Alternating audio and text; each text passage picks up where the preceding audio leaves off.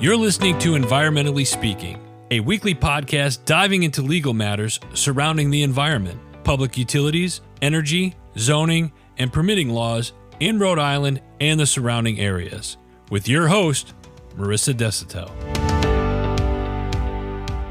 Good morning, everybody, and welcome to this week's episode of Environmentally Speaking. Hi, everybody. I'm Marisa Desautel, an environmental attorney in Rhode Island. And I'm Clarice, coming in with a weird topic and, more importantly, an apology. Ladies and gentlemen, we need to apologize to Intern Pete.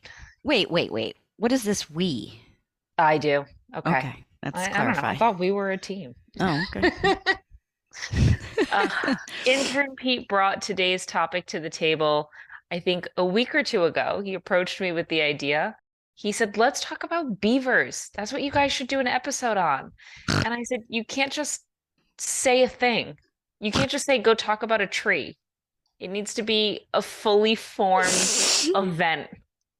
And then a day or two later, I listened to a podcast talking about how folks are actually using beavers to combat drought and wildfires. So I owe him an apology. So that's what we're talking about today. We're talking about our favorite little furry friend. You're not going to make it. I'm not going to make it through this episode. I'm sorry, listeners. I'm 46 years old, but I have the sense of humor of a sophomore in high school. We're talking about beavers. I'm going to plug ahead and ignore you. Please do. So when I say that folks are recruiting the help of wildlife to combat drought and wildfire, I mean quite literally researchers, wildlife organizations, think of, wild trout trusts, organizations like that are actually... Give me that again. The what? The Wild Trout Trust. What the heck is that? That is a beaver resource hub for information.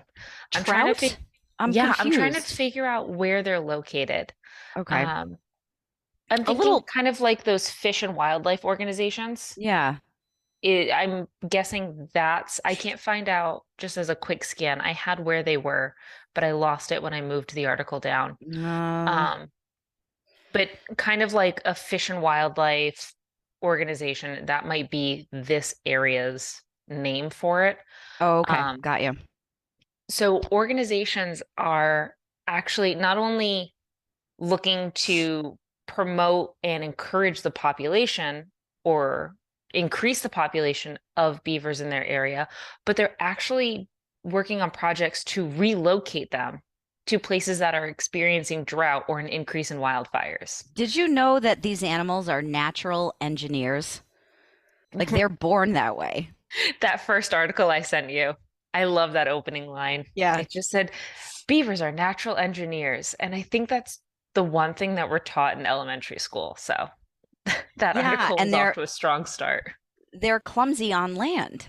Like on land, they're kind of a mess, but you put them in a water body and they have this instinct to like start building infrastructure. Yeah. So why are folks so excited? Why does everybody want this animal in their forest? Well, the big reason why these are becoming such a hot commodity and a neighbor that environmentalists are actively seeking is because of the dams that they're so frequently building and what that dam is doing to the area around it.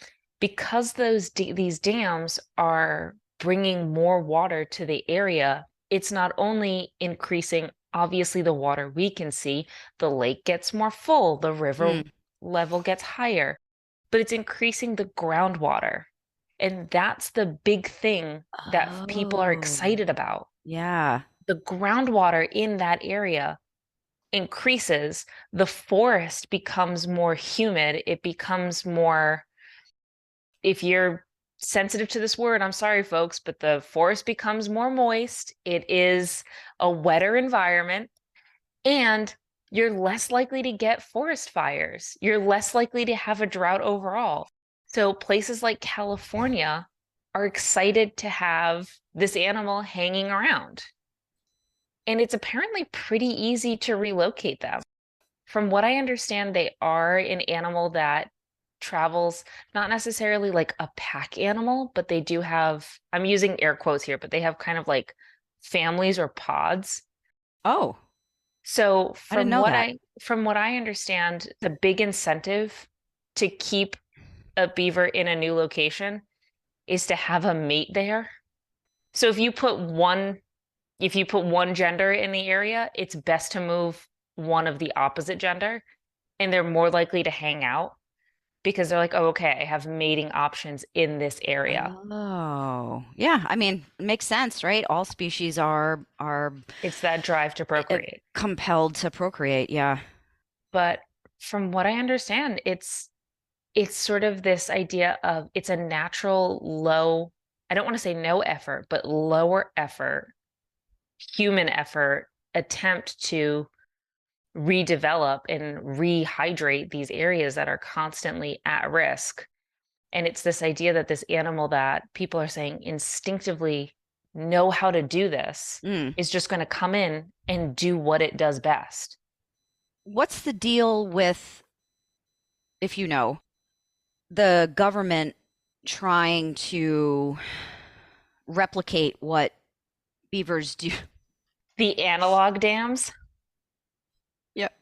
I'll talk about the analog dams. So, from what I understand, groups are coming in and trying to build analog dams, which is a rough, crude version, kind of like a starter dam. Mm. It's the beginning phases of what a beaver would be doing. And what I'm seeing in all of the articles that I read is that they're not they're not necessarily doing the job. They're kind of like it's almost like the beginning blocks, and then a beaver will come in and take over the project. Oh, So a lot so of it times, doesn't make a difference to that animal. They're like, okay, here's some existing infrastructure. We can use this and keep going. yeah. So from what That's I've not seen, off-putting. no. So from what I've seen, a lot of times in the articles I read, beavers will either continue it or take it down and redo it, Yeah, like, which I think, this sucks. We gotta start over here. could you imagine being a researcher who has to come back and check in on the site? Like, I'd be a little offended. Like, oh, I worked hard on that. Yeah. Like, did you not like that? Yeah, outsmarted. Yeah. Uh, Um, I think the ones that are the analog dams that are built without the plan to relocate and habitate and have more beavers in that area are not, they're they're just not the same. They're yeah. working okay, but folks just aren't as excited. Are there any projects underway? So I haven't seen the last update, an article I was able to find. The most recent was April 20th Okay. of this year. They were talking about projects in Colorado to combat drought. Yeah, I'm curious about government moves slowly. So Yeah. I'm curious about if this concept is making its way into mainstream. You said you heard it on a podcast and Mhm. intern Pete brought the subject up. How long does it take to go from, okay, we've got this idea Well, I did to see a big let's spike actually do it? in efforts and plans in research in 2022. So I'm wondering if a The lot of drought. but I'm wondering if a lot of the efforts and the starting was in 2022, Okay. and we're now, these projects are in effect, and we're now in the research and watch phase. Okay. So we're in that weird limbo of things have begun, but it's too soon to get a follow-up update. Okay. And So just in no new Colorado, projects. as far as you know. Colorado and California are the Okay. two places that I keep seeing over and Well, over those again. were, we did an episode a while back on the drought that was Hmm. happening out west, and Hmm. it was Colorado, right? Yep. That we were talking about, and maybe Arizona. Yep. We talked about California, Colorado, Arizona. I think we might have touched on Nevada. Well, then it makes sense that this is what government is looking at doing in those Mhm. areas. I mean, climate change is here. Yeah. And we have to be more creative with what we're going to do to respond to it. We're not stopping it. We're not slowing it down. We're just going to be responsive. I like this. Yeah. If I could get through a full minute without giggling, it would be better. But I like this idea. Historically, you hear that beaver dams are bad and we take That's them what I down thought when I was a kid. Yeah. yeah, that's what we were told. I remember hearing that growing up too. And as it turns out, no, I mean we're replicating what they do and we're Mhm. using them to combat things like wildfires, which are a huge issue, drought, and revitalizing headwaters. So Mhm. this is a good episode. It's cool. From what I've seen, I haven't seen a lot of government involvement. I haven't seen a lot of local in those areas, Mm, local government involvement. yeah, I've seen a lot of, it looks like grant-based projects or wildlife research. So it may be agencies that are sponsored or supported by local government, but not directly. So nothing like a Colorado or a California version of DEM out there, but right. it looks like organizations that are working with them.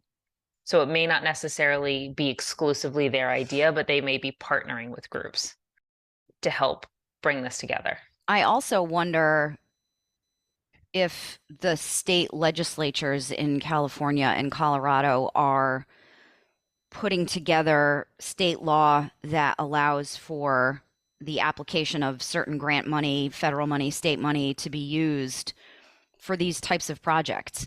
Whereas before, not that there wasn't a need, but now those states are faced with a crisis and Yeah. they're trying to come up with new ways to deal with climate change, like I said. And I, having worked for the Rhode Island Senate during this past session, you can see in the course of those legislative processes how issues are brought up, and they're usually because it's a time of crisis, and then money gets earmarked or moved or new opportunities open up.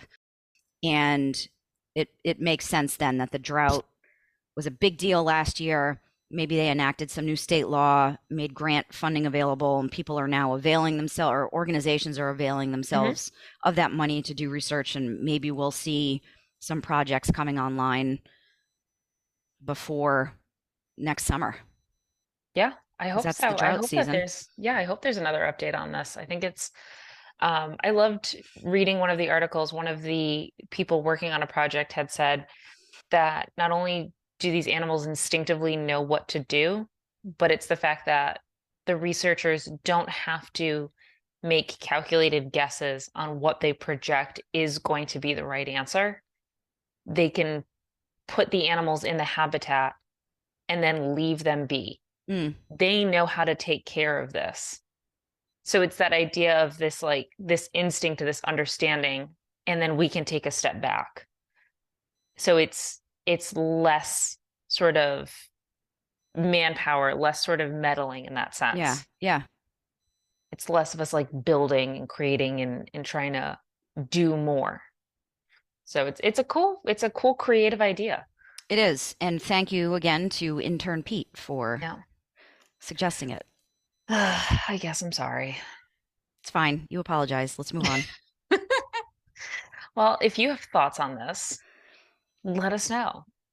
If you have the humor of a 5-year-old, also let us know. Yes, please. Reach out to us on the socials. Instagram, Facebook, Twitter, Ooh, we Desautel can't Brown call and it Law. Twitter anymore. It's X. I refuse. So dumb. Really? X. Okay. Come on. I mean, the man named his kid after an equation. Yeah. Okay. Okay. Twitter. Yeah. If I said X, okay, there's our question for the week. Dear listeners, if I said Instagram, Facebook, X, would you have known? There's our question. Send Marisa an email about it At Marisa at desautelbrowning.com. Have a great one, guys. Thanks, everybody. Thank you for listening to this episode of Environmentally Speaking. If you're in need of an environmental attorney, we are here to help. Call us at 401-477-0023 or visit our website at www.desautellaw.com. That's www.desautellaw.com.